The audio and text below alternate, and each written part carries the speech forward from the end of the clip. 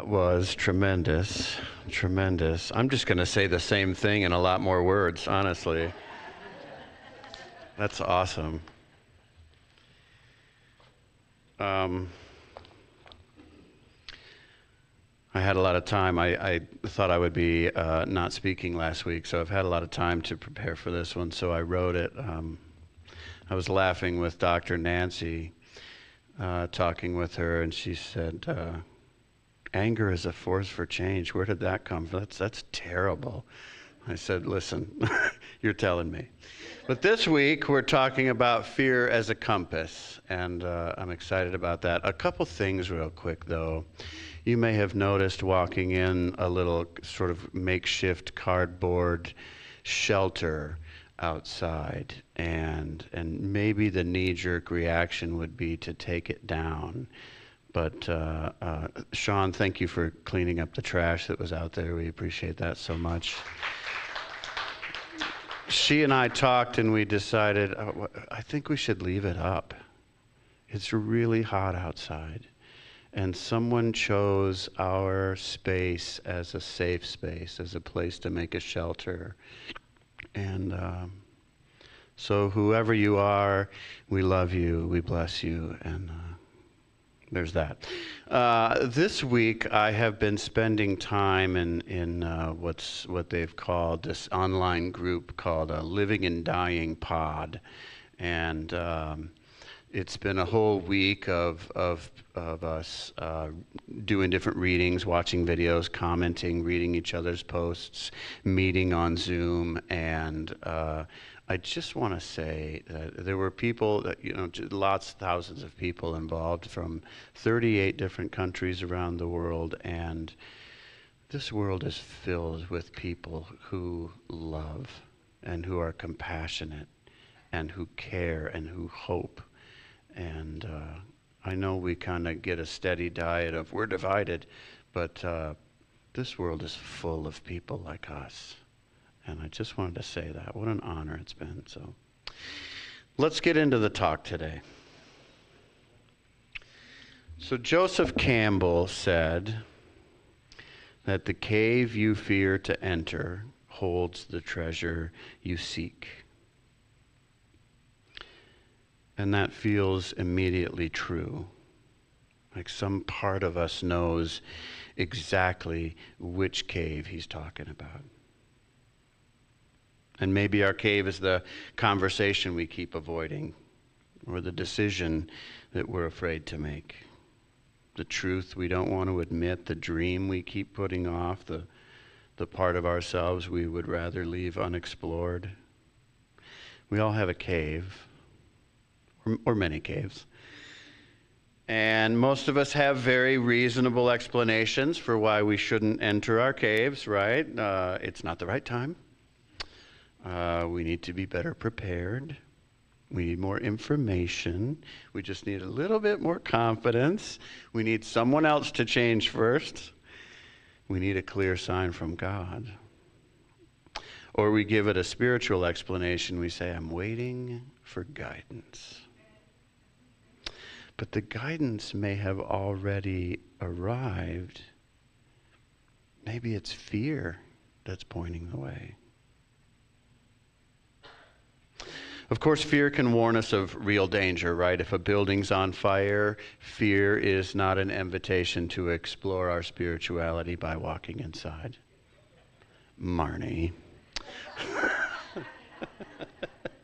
Get out of there. But most of what frightens us is not actually dangerous. It's unfamiliar. The nervous system doesn't know the difference between this could hurt me and this could change me. So it produces the same sensations, right? The tightening in the chest and a turning of our stomach, a rush of anxious thoughts, the impulse to withdraw. Sometimes what we call fear is the experience of standing at our growing edge, the edge of an identity that's become too small for us.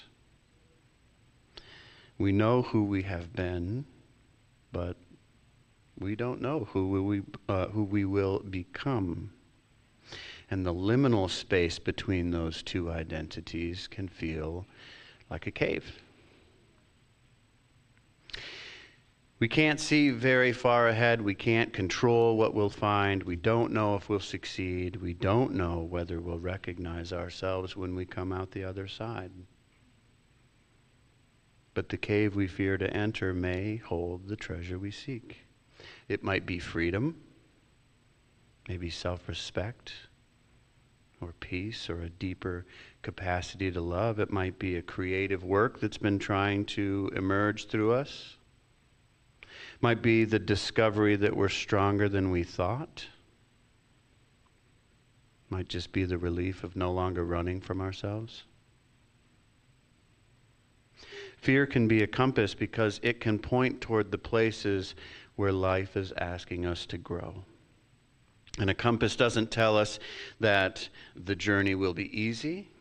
It doesn't carry us to our destination. It just gives us a direction. It just points the way.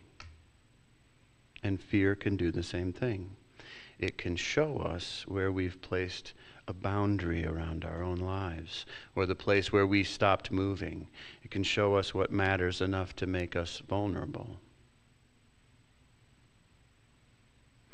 We don't get afraid of failing at something that means nothing to us. We tend to get afraid about some things we care very deeply about. And trying to eliminate fear before taking action usually doesn't work. We say, when I'm no longer afraid, I'll do it. But courage doesn't mean that fear has disappeared. It means that fear is no longer making the decision. We understand, right? There's only one life, one presence, one infinite reality. That life is God. That life is our life now. The divine presence within us is never afraid. It cannot be diminished, rejected, abandoned, embarrassed, or destroyed. It is whole, complete, and eternal. But we're also human beings. Our human personalities have histories, right? We've been hurt. We've experienced rejection. We've learned that we need to protect ourselves. We've even inherited fears from our families, our communities, the collective consciousness. And spiritual growth doesn't mean that we deny those fears. If I'm afraid, repeating, I'm not afraid, will only divide me against myself. So one part of me is frightened, while another part is trying to silence it with spiritual language, and that is suppression. Instead, we can say, fear is present, but fear is not the whole truth of me. Fear is an experience moving through consciousness. It is not my identity. It is not my God. It is not my authority. It's just information, but not necessarily instruction. So that I can listen to fear, I can let it have its say without surrendering myself to it. I can ask, what are you trying to protect? And it might say, I'm trying to protect you from rejection. And we can say, thank you. But avoiding rejection has also required me to avoid intimacy. And I'm not afraid of rejection because I know who I am. I'm trying to protect you from failure. Thank you. But failure is a step on the path to success. Failure is okay. I'm okay. Everything is okay. We don't need to treat fear as an enemy, right? Fear is usually an old protective storyteller using outdated information. Maybe the voice of one of our younger selves. It may have helped us survive a time when we didn't realize our power or have the understanding that we have now. And so it continues to sound the alarm because it hasn't yet realized that we've changed. So we don't attack fear. We bring it to the light of awareness. We listen to it. We talk to it. We love it. And when it feels safe, it will let go. And then we let the greater wisdom within us decide what's next. Usually the cave becomes less frightening the moment we take our first step into it, right? We make that phone call. We write that first sentence. We tell the truth. We schedule an appointment. We say no. We say yes. We admit the relationship is over, or that it matters enough to fight for. We ask the question we've been dying to ask and too afraid to ask. In spiritual culture or courage, it doesn't need to be dramatic. We don't always have to take a loud stand and post it on social media so everyone sees and we feel validated. Sometimes courage is just quietly refusing to abandon ourselves. The law of mind responds to the patterns we repeatedly impress upon it. So if our dominant pattern is avoidance, then avoidance produces consequences.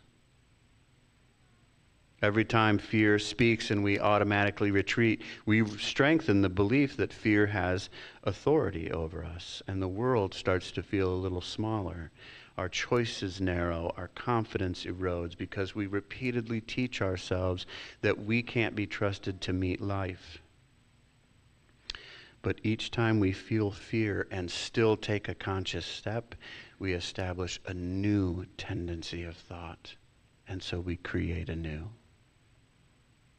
We begin to know I can be afraid and still move forward. I can be uncertain and still listen to wisdom.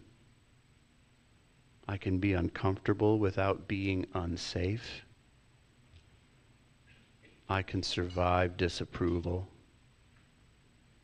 I can make mistakes without being a mistake. I can enter the unknown because the presence within me knows all, and I am never, never alone. There's nowhere we can go where God is absent. Right? God is not waiting outside the cave, hoping we safely make it through. God is in the cave, in us, and all around us. The love we seek is there. The wisdom we need is there. The strength we doubt is there. The light is there. Even if at first we can only see enough to take that first step. And this sort of points to the deepest meaning of what Joseph Campbell said. What if the cave we fear most is not failure? What if it's not rejection or change or even death? What if the thing we fear the most is the truth? The truth that at the deepest level of being, all is well. The truth that what we have been seeking is not somewhere outside of us waiting to be earned, achieved, or acquired. That the truth we are, the truth that we are already the love that we seek. We are the light. We are the peace. We are enough. We are the joy. We are the abundance of God taking form. I told you I was just going to say the same thing in more words. Maybe we're afraid to discover that the identity built around our story of inadequacy was never true, that as Marianne Williamson wrote, our greatest fear is that we are powerful beyond measure. Because if I truly accept that the life of God is my life, I can no longer remain a victim of circumstances. I can no longer pretend that my consciousness, my beliefs, my choices, and my word have no power. There is tremendous responsibility in recognizing our spiritual authority. The truth is that consciousness is creative. Our word has power. Our belief has power. We are consistently, or what we consistently accept as true becomes the pattern through which we perceive, through which we choose, act, and create. We are not powerless creatures abandoned in a hostile universe. We are individualized expressions of the creative life of God. The same power that brought galaxies into being moves through our consciousness. It speaks through our word and takes form through our lives. We are the most powerful creative force in the universe because the creative power of the universe is individualized in each one of us. I mean, that is magnificent, is it not? But it can be terrifying as well. Because once we recognize the light, we have to release the identity we constructed in darkness. Once we recognize our power, we have to surrender the comfort of powerlessness. Once we know that the treasure is within us, we can no longer spend our lives insisting that someone else or something else is withholding it. And so we tend to protect the clouds we've created to hide ourselves from the light, right? We protect the cloud of fear, the cloud of anger, the clouds of grievance, of blame, of shame, of judgment, the cloud of our endless insistence upon who's right and who's wrong. We become attached to these clouds because they protect the familiar self, the self that seems safe, but we damn well know that it isn't. Those clouds allow us to keep telling the same old story. I can't be whole because of what happened. I can't be free because of what they did to me. I can't live the life I want because the world hasn't given me permission. Our grievances, our fear, our anger, they may feel like protection, but what they really protect us from is our own magnificence. But as A Course in Miracles teaches, a cloud does not put out the sun. A cloud can obscure the light, but it can't diminish. It can hide the sun from our sight, but it can't change the nature of the sun. So nothing we have feared, believed, suffered, or done has diminished the divine presence within us. The light remains the light. Love remains love. God remains God. And beneath every cloud, we remain whole, perfect, eternal.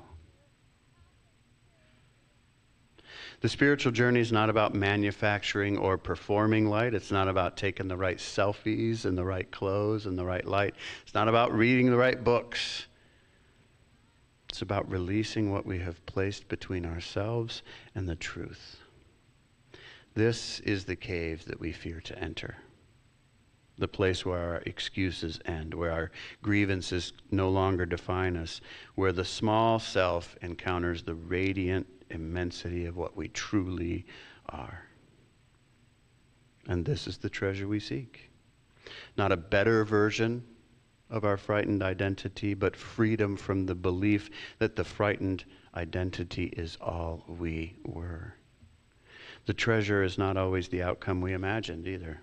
We may enter the cave expecting success and discover humility. We may expect approval and discover that we no longer need it.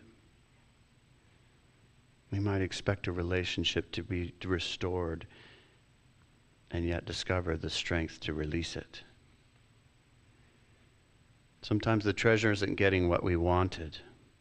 Sometimes the treasure is becoming the person who was willing to seek it. And this is where surrender becomes essential. We don't enter the cave to control the outcome. We enter because something within us knows that remaining outside is no longer a true expression of who we are. We let go of our demand to know exactly what will happen. We surrender the belief that life must unfold according to our plans. We allow ourselves to be guided, to be changed, to be surprised. And that is faith. Faith isn't certainty about what lies ahead. Faith is trust in the presence that goes with us. And there's another way that fear can guide us. Sometimes what frightens or disturbs us in other people points towards something we have rejected within ourselves. Maybe we're criticizing somebody for being bold because we're afraid of our own power. Or we resent someone for taking up space because we've made ourselves small. Or we judge somebody for being emotional because we've denied our own tenderness. And the quality we reject in another may contain who we truly are, that we have been rejecting. The cave is not only the situation we avoid, it's also the part of ourselves we refuse to become. So what are you afraid of now? Not the abstract fears of the world. What is the specific fear shaping your choices? Is there a conversation you're avoiding, a truth that you're softening, something you're running away from or condemning? Is there a cloud that you're protecting? Fear, anger, blame, grievance, the need to be right? And what would remain if we let that cloud pass? If your fear were a compass, what would it be pointing to? I know what mine is. I'm sure you know what yours is. I'm not suggesting that we charge recklessly toward everything that frightens us, by the way. Wisdom does matter. Preparation matters. Support matters. There are some caves we probably shouldn't enter alone. There are situations in which fear is accurately telling us to leave. The invitation isn't to obey fear or automatically oppose it. The invitation is to become conscious enough to question it. Is this fear warning me of genuine harm or protecting an old identity? Is it telling me that something is wrong or just that something is new? Is it asking me to step back or to step more deeply into my life? Is it protecting me from danger or protecting me from the truth of what I am? And no one can answer those questions for us but ourselves. And there is a wisdom within us that can help. Because beneath the noise of fear is a quieter knowing, right? Doesn't usually shout, doesn't argue, it doesn't offer guarantees. It just says, this way. This way toward truth, toward freedom, toward the life that wants to be lived through us, toward our cave. Fear can bring us to the entrance of the cave. It can show us the cloud asking to be released. It can point toward the belief that we no longer align with. And beyond fear waits the truth we have spent our lives seeking and maybe hiding from.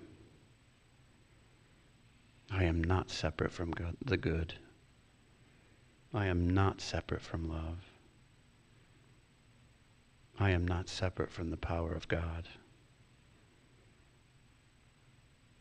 The cave I fear to enter holds the treasure that I seek. The treasure is the recognition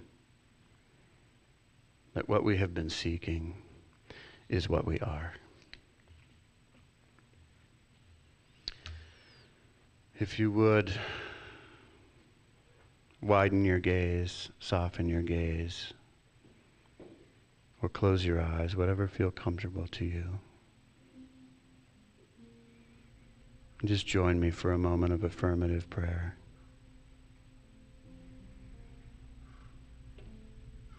There truly is only one life, only one power.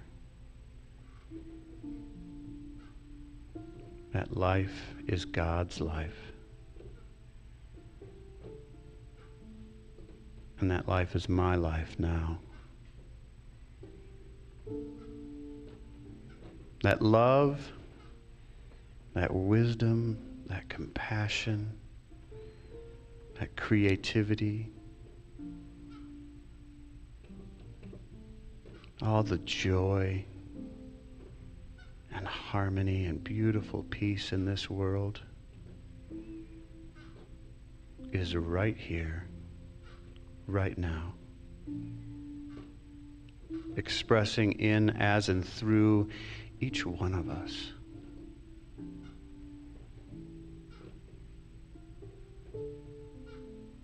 And so I declare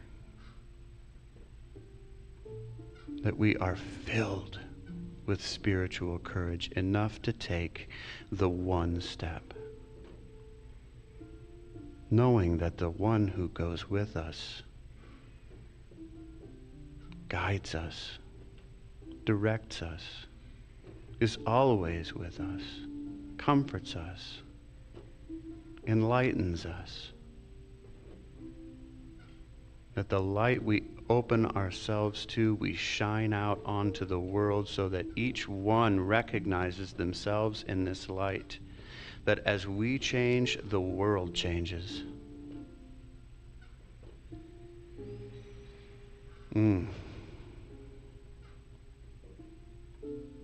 I am so grateful.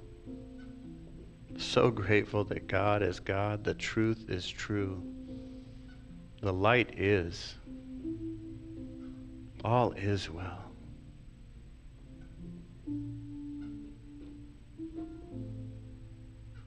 I'm grateful to speak my word, knowing that it is so. And so I release it. Easily, effortlessly, gracefully, and with certainty. And together we affirm, and so it is. Thank you.